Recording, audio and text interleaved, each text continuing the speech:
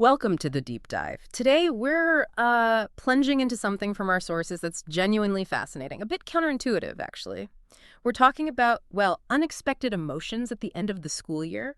Specifically, this one account, it just jumped out. Students crying because they didn't want school to end. I mean, Right. just let that sink in. It's pretty striking, isn't it? Yeah. Usually it's all, can't wait for summer.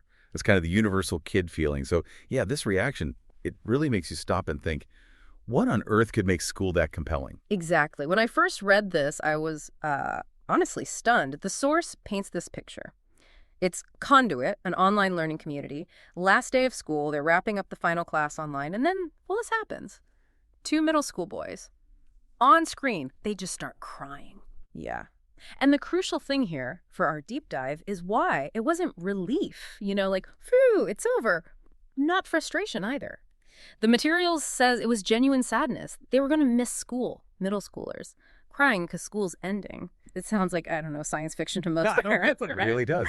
And the source digs into that why. It suggests they were mourning the pause in their daily connections. Hmm. These weren't just any kids either. The background is important. These were students who'd struggled before in traditional classrooms, Yeah. feeling, misunderstood, maybe disconnected. Okay. And somehow Conduit, this online place, it flipped the script.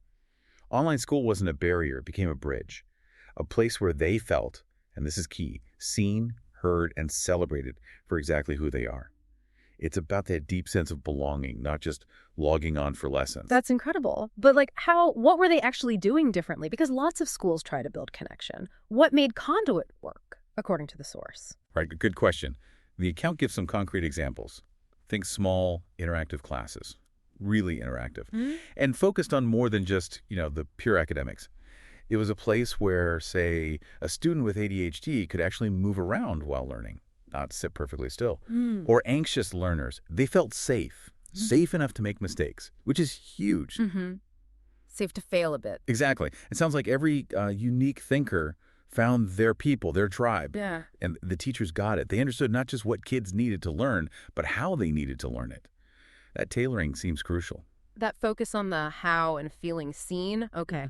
But, those tears, while powerful proof connection can happen online, I can imagine some listeners, maybe parents watching their own kids struggle in a big traditional school thinking, well, that sounds nice, but is it realistic? Can that scale? That's a fair point, a really important one.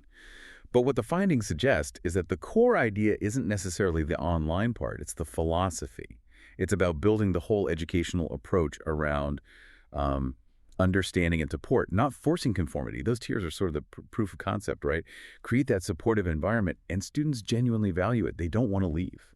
So the message isn't everyone needs online school. Not necessarily. It's more that for any parent feeling frustrated, the message is, look, this kind of supportive environment, it is possible. And for any student feeling like an outsider, it's saying, you belong here, or you can belong somewhere.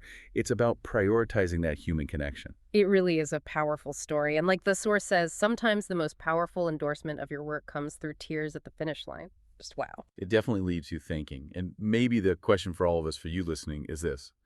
What if we rethought success in education?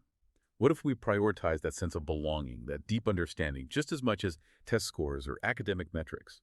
How might that actually transform learning for all students, no matter where or how they learn? Something to chew on.